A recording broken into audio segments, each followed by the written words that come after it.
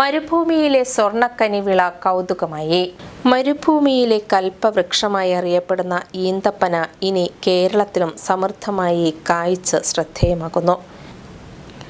അഴീക്കോട് മരപ്പാലം എടവഴിക്കൽ സബാഹിന്റെ വീട്ടിലാണ് ഈ അത്ഭുത കാഴ്ച കാണുന്നത്.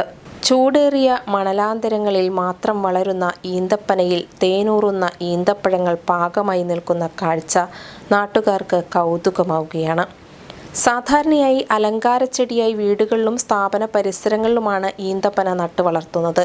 എന്നാൽ അടുത്തിടെയായി കേരളത്തിലെ കാലാവസ്ഥയിലും ഈന്തപ്പന കായ്ക്കാൻ തുടങ്ങിയതോടെ പലരും അത്ഭുതത്തോടെയാണ് നോക്കിക്കാണുന്നത്.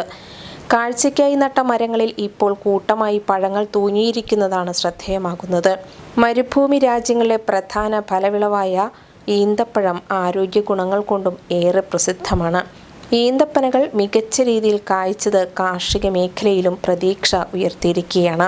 കേരളത്തിന്റെ കാലാവസ്ഥാ വ്യതിയാനവും ഉയർന്ന ചൂടും ഇത്തരം വിളകൾക്ക് അനുകൂല സാഹചര്യം സൃഷ്ടിക്കുന്നുണ്ടെന്നാണ് കർഷകരും കാർഷിക വിദഗ്ധരും പറയുന്നത്.